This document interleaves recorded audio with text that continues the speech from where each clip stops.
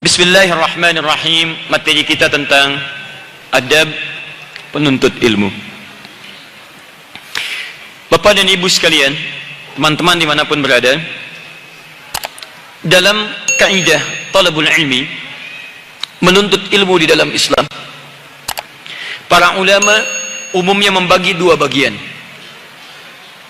Bagian pertama dibuka dengan kaidah adab. Yang kedua baru dibuka dengan kaidah pembelajaran atau kaidah mendapatkan pengetahuan. Ini penting untuk dipahami. Bahkan ulama-ulama kita dari kalangan salaf di awal-awal masa keislaman itu ternyata lebih memprioritaskan adabnya dibandingkan dengan pencarian pengetahuannya. Karena nanti kita akan temukan keterangan dalam Al-Quran, termasuk dalam hadis-hadis Nabi SAW, orang yang mencari ilmu dengan adabnya, maka Allah akan memberikan sedikitnya 3 keutamaan baginya. Saya ulang, orang yang mencari ilmu dengan adabnya, itu Allah sedikitnya akan memberikan 3 keutamaan bagi dirinya, dibandingkan orang yang sekedar mencari pengetahuan saja dengan menyampingkan adabnya.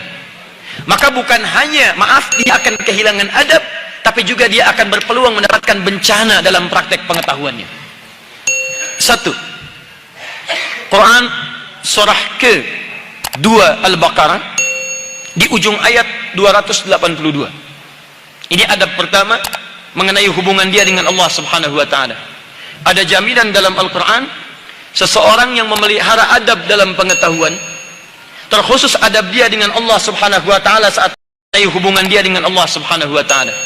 Ada jaminan dalam Al-Quran, seseorang yang memelihara adab dalam pengetahuan, terkhusus adab dia dengan Allah Subhanahu wa taala saat mencari ilmu, maka Allah janjikan dalam Al-Quran, Allah akan percepat pemahamannya terhadap pengetahuan.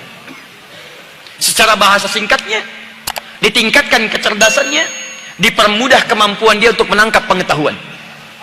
Karena itulah orang-orang dulu, para ulama-ulama dulu, termasuk Anda jangan bayangkan semua ulama-ulama dulu, cendekiawan dulu semua fokus di bidang agama. Seluruhnya terbagi pada 2 kategori.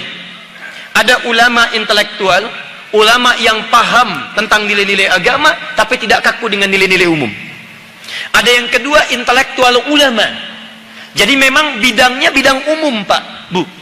Dia ahli di astronomi, ahli matematika, ahli kedokteran, tapi Masya Allah hafal Quran dengan riwayatnya, paham hadis, mengerti turunan-turunan fiqih, padahal bidangnya umum.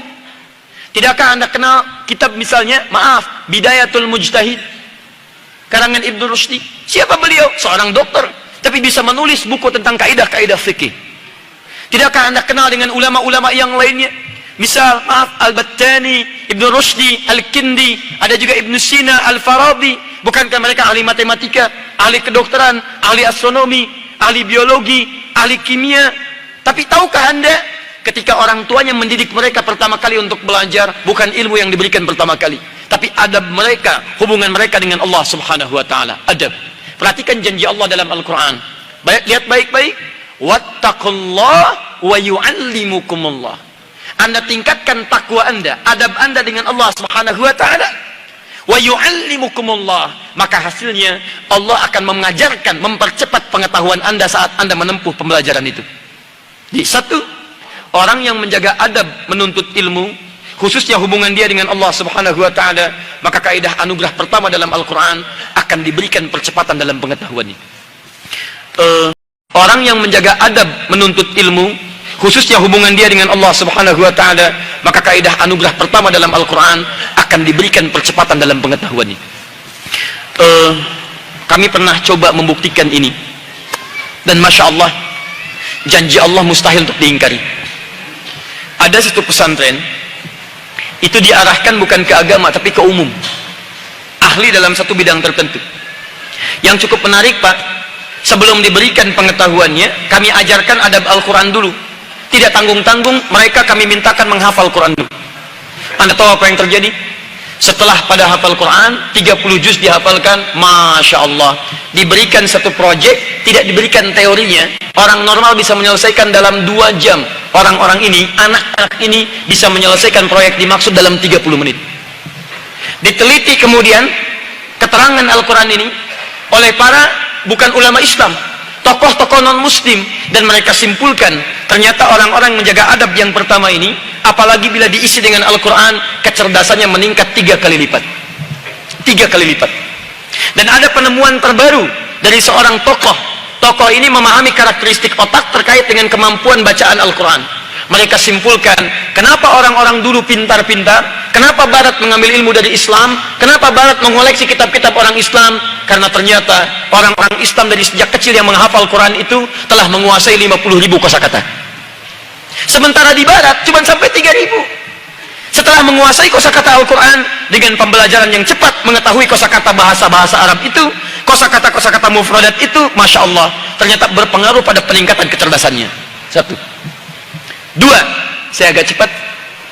Maaf, orang yang menuntut ilmu dengan adabnya, maka dia akan cenderung mudah mengamalkan apa yang dipelajarinya.